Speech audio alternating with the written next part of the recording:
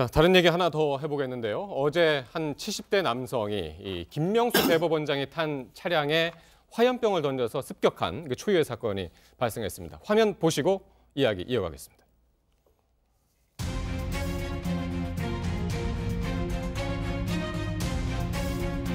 화염병 왜 던지셨는지 한 말씀만 부탁드릴게요. 화염병 왜 던지셨어요?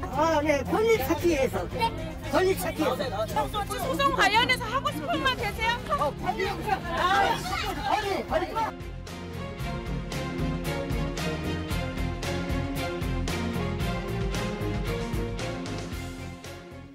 네, 지금 보신 이 70대 남성 3개월 전부터 대법원 정문 앞에서 1인 시위를 벌여왔다고 그러는데 지금 보니까 권리를 찾기 위해서라고 계속 외치고 있습니다. 이분이 강원도에서 돼지 사육을 하시는 농업을 종사하시는 축산업에 종사를 하시는데 요즘 이제 친환경 인증을 사업을 하지 않습니까? 정부에서 친환경 인증을 해주지 않았다고 합니다.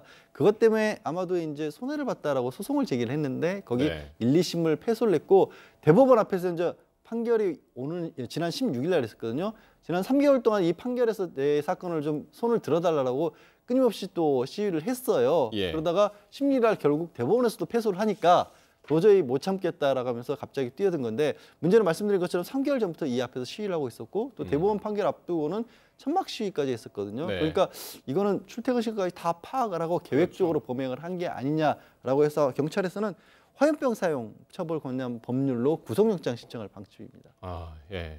그러니까 대법원장을 상대로 그것도 근데 대법원 청사에서 이런 일이 벌어진 거는 사상 초유의 일입니다. 그래서 법원 내부에서는 이 사법부 위상이 상당히 지금 이제 추락한 그런 뭐 단적인 예를 보여주는 그런 사건이 아니냐 그런 얘기들이 지금 나오고 있어요. 네, 그렇습니다. 국가의전설 3이거든요, 대법원장은. 그런데 그분이 가지고 있는 위상이라고 하는 것이 사법부의 수장뿐만 아니라 우리나라의 사법 정의를 대표하는 거죠. 근데 그 사법 정의에 대한 불신이라고 좀 보는 거죠. 그게 과거 정권에 있었던 사법농단 사건도 있지만 사실은 국민들이 제일 불만을 가지는 게 전관예우라는 겁니다.